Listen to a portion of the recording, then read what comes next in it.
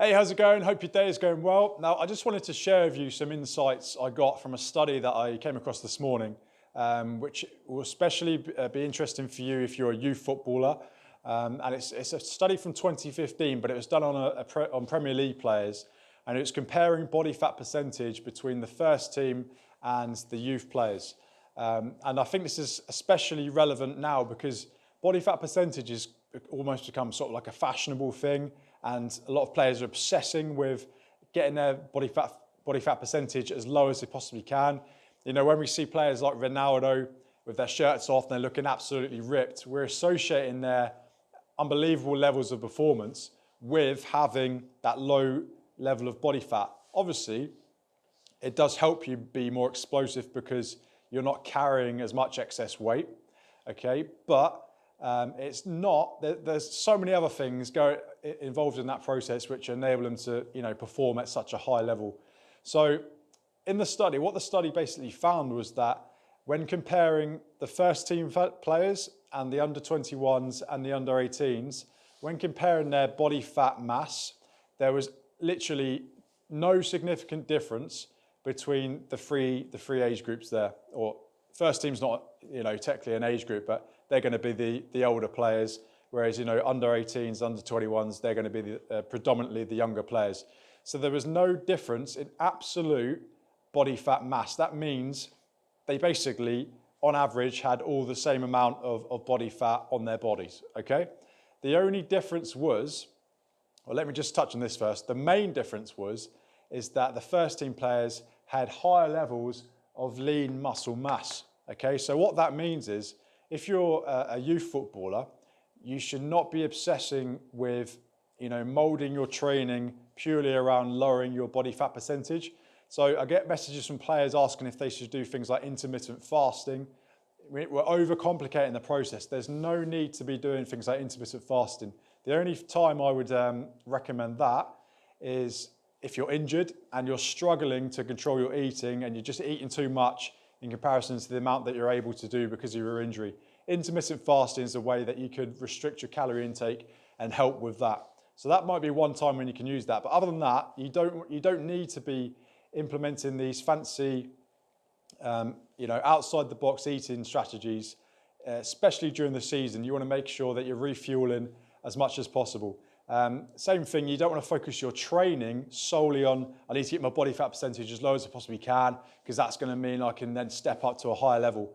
Yeah, as I said, it's going to help you because you carry less excess weight, which means you can be faster, more explosive, but increasing your lean muscle mass is going to be so much more effective. And what this study found was that, as I said, the amount of fat on each player's body was the same, but the relative body fat was different. And that's because the first team players had a much higher level of lean muscle mass, which means that in comparison to the mass of their body, they had the same amount of body fat on there, but because they were just bigger, because they had more lean muscle mass, that meant that their body fat percentage actually, the result came across as lower, even though they had the same amount of body fat on their bodies as the under 21s and the under 18s, okay? So the key thing to take away from this is, stop obsessing with this. If you're within the, 8 to 12, 13% range, then great. The other thing is, with body fat, it's very hard to actually get an accurate reading for what your body fat percentage is without, spending a ton of money or having very fancy equipment. Of course, you can go and get something like a DEXA scan, but you're going to do that, every few weeks.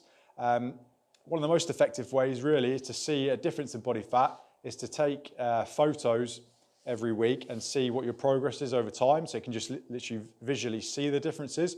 But instead of obsessing over figures of body fat percentage, instead try and develop your lean muscle mass, okay? Because you can literally have figures. You can know if you're getting stronger. You can know if you're putting on muscle mass because you can measure the circumference of your arms and your legs, for example. And you can see with 1RM tests if you're getting stronger.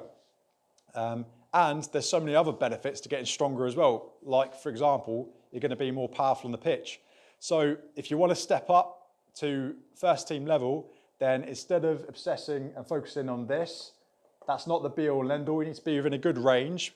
But if you eat well, So eat good, nutritious food, which is going to fuel you well for your training and your matches and help with your recovery as well.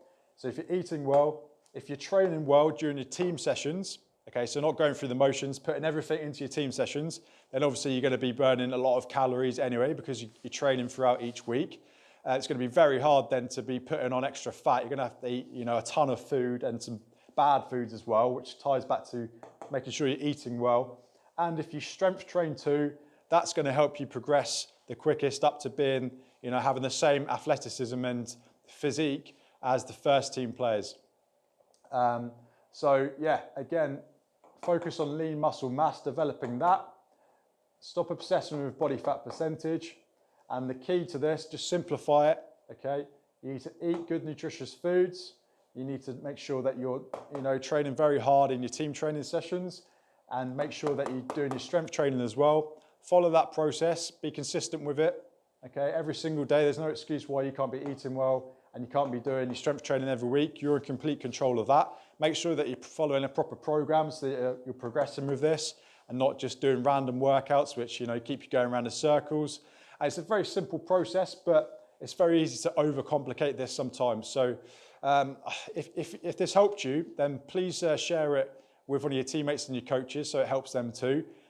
Try and get away from this mindset of, trying to drive towards the lowest body fat percentage that you possibly can, because below a certain level, it's not good for you at all. It's going to affect your hormones. So again, as I say, if you can get between that 8 to 12, 13% body fat range, girls, it's a little bit higher. So, 15, 16, 17, 18, a little bit higher.